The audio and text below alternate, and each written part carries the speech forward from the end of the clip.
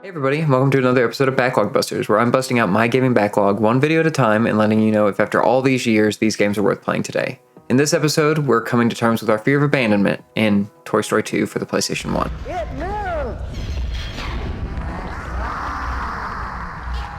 It is coming! It is coming!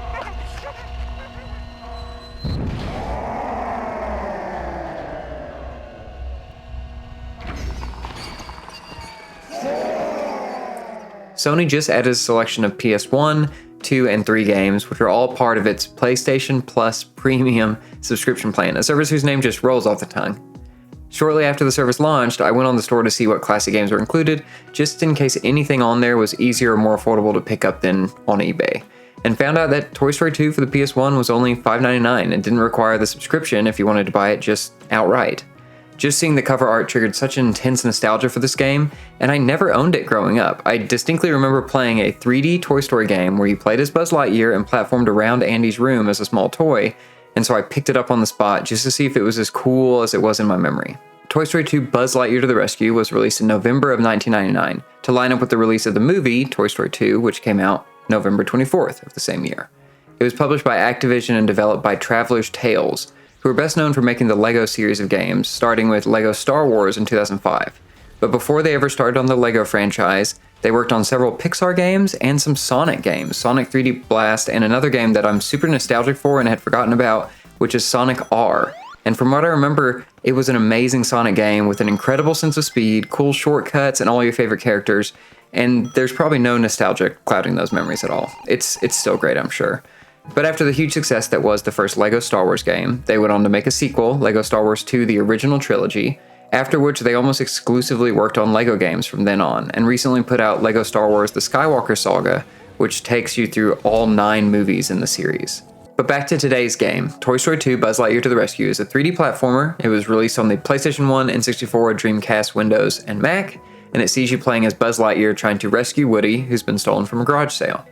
So knowing that Traveler's Tales went on to this huge amount of success in the LEGO games, and that they were the first developers brave enough to make a Sonic racing game where he runs on his own 2 feet, instead of placing him in some kind of car like the later Sonic games, because it would be unfair for him to race other competitors being as fast as he is, I can only assume, because of all this, that Toy Story 2 Buzz Lightyear to the Rescue is going to be as incredible as my memories of it. So let's start by talking about what I liked about the game. I don't know what it is about me that loves exploring a normal room or garden as a tiny toy, Pikmin, or robot. I'm not sure if it's the change in perspective. Maybe viewing things from this lower angle reminds me of being a kid and rooms being bigger. Maybe it's finally giving life to what I imagined as I played with action figures of my Power Rangers, Ninja Turtles, Beetleborgs, or Transformers as a kid. Or maybe the movie Toy Story just had more of a lasting impact on me than I'd give it credit for.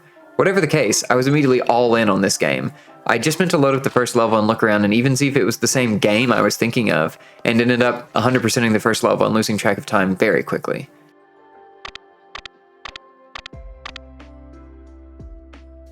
Exploring Andy's room as Buzz was a huge nostalgia trip. I remembered that you had to open the crib somehow, you could bounce off couch cushions, maybe downstairs, race against the RC car, and there was some shield ball you could get later, maybe in the basement as well. But I didn't realize this was all just in the first level. I guess every time I played at a friend's house, I only played the parts of the first level and thought the whole game took place in the house. And it turns out there's a lot more locations and I had no idea they existed at all. Now maybe this small toy in a big world effect isn't as appealing to you, but with almost every new level, I honestly just love seeing how these everyday places were used as fun platforming levels for you to go around. I feel like this just doesn't happen anymore, and probably for good reason, but licensed movie tie-in games always felt the need to add scenes from the movie into the games themselves. So you would get the not worst quality clips from the movie in between levels,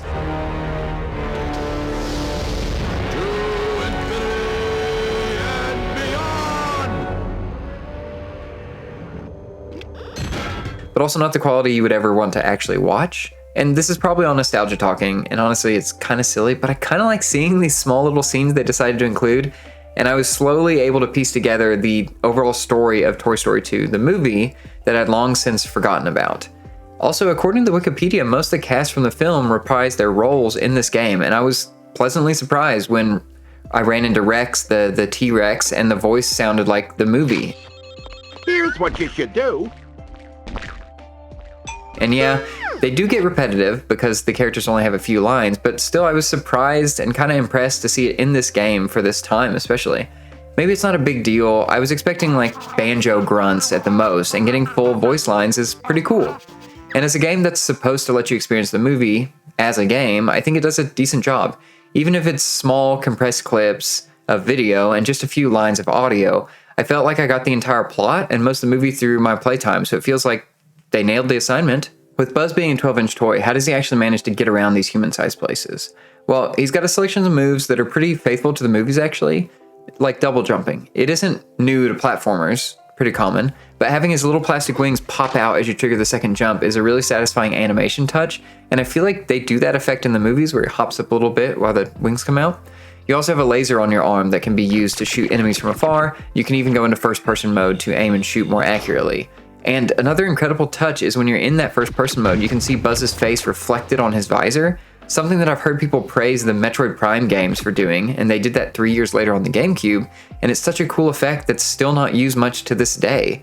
And I've never ever heard anyone mention that Toy Story 2 might have pioneered this effect, and I feel like it needs its due for that. It's a very cool effect and adds to that immersion. Your two other basic abilities are being able to do a little ballerina twirl, which extends your wings and reminds me a lot of the very similar move we'd see later in Mario Galaxy 1 and 2, again, much later.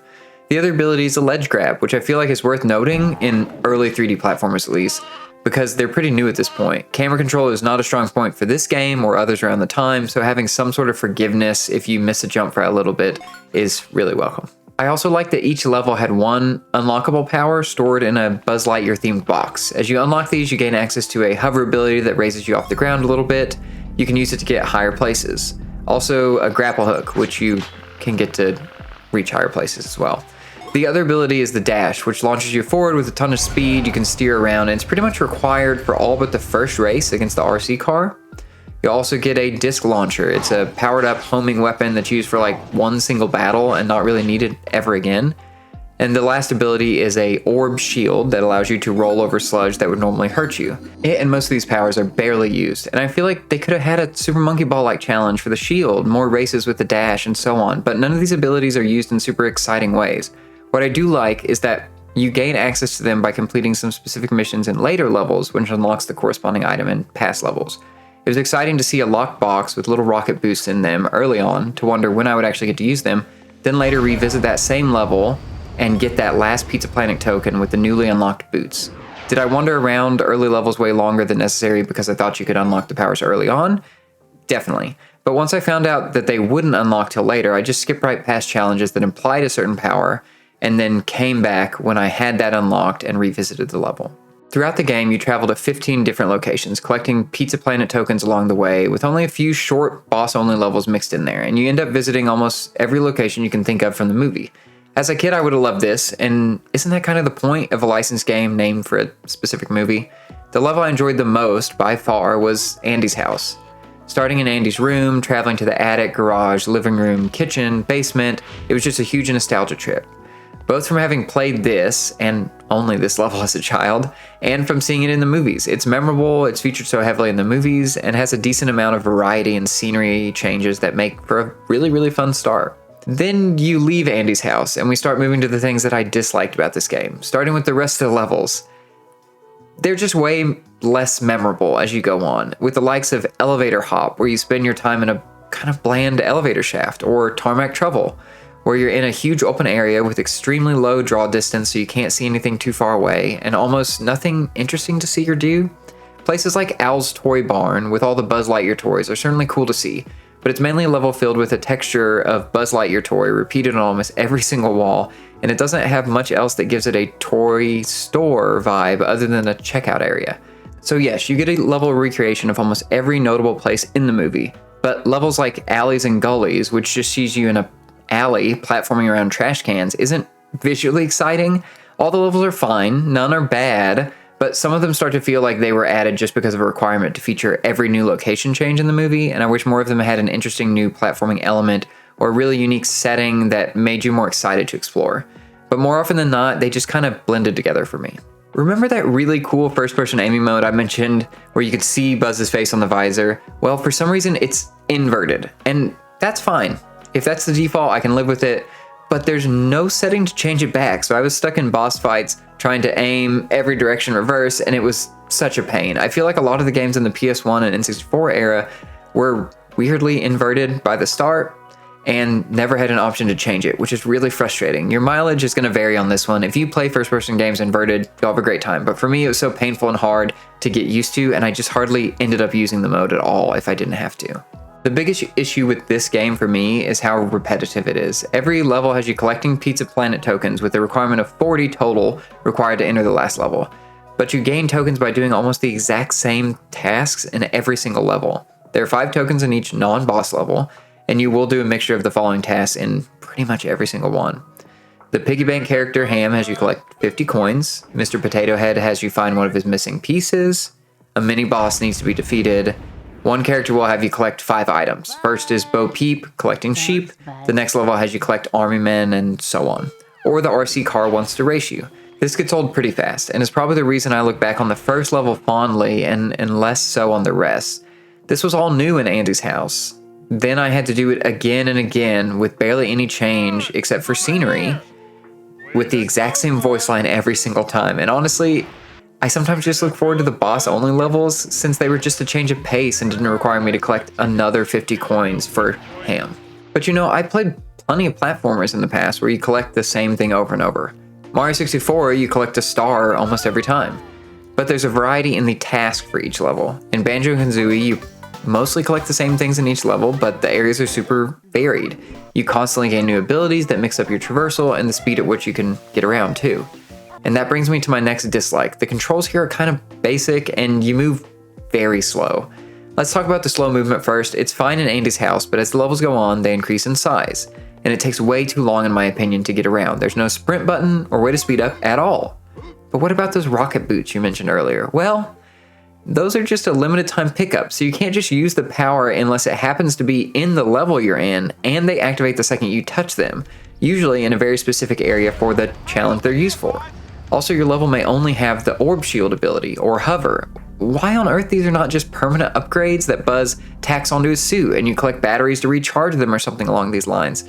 But no, you trot through long levels, slowly making your way around with no difference in how traversal feels from level 1 all the way to level 15. Buzz also has some pretty basic movement. He feels fine at first with a double jump and even the little kick up of dust that Mario does when he changes direction quickly. But so many jumps in this game require the ledge grab. So you're slowly hopping, ledge grabbing, standing up, hopping, ledge grabbing, standing up.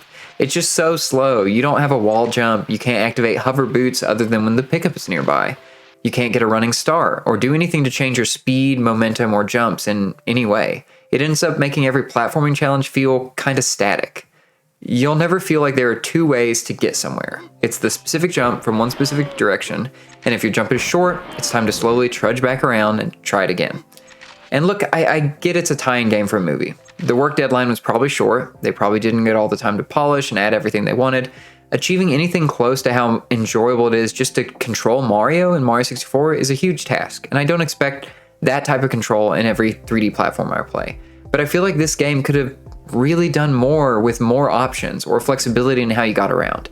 But instead, I knew exactly how and what the game expected me to do for every jump. With me just barely missing the window to trigger the ledge grab a lot of times, maybe I'm expecting too much from a licensed movie tie-in game. Overall, the platforming is fine, and it made me just wish for more. Now, with all that in mind, how do I feel about this game overall, and would I recommend Toy Story 2 as a game that should be on your backlog?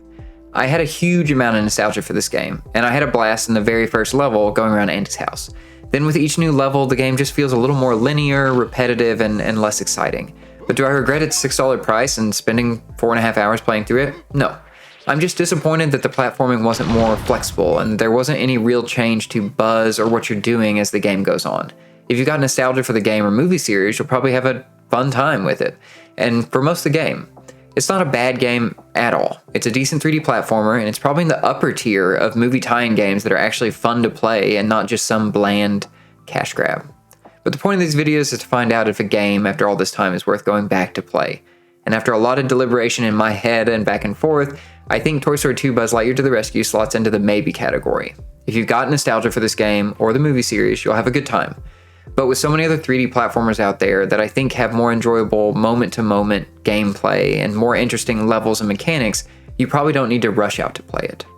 I'll also throw out my normal message, that is, my opinion on this game is not meant to tarnish any fond memories you have of playing this, and if you loved it or still love it, please tell me why in the comments below. I'd love to hear it and talk about the parts that we liked. If you're looking to give this game a shot, it's actually semi-easy to pick up as long as you're on PlayStation consoles. PS4 and PS5, if you're on the PlayStation Plus Premium subscription plan, horrible name, it's included in that, and you can play it with no extra cost.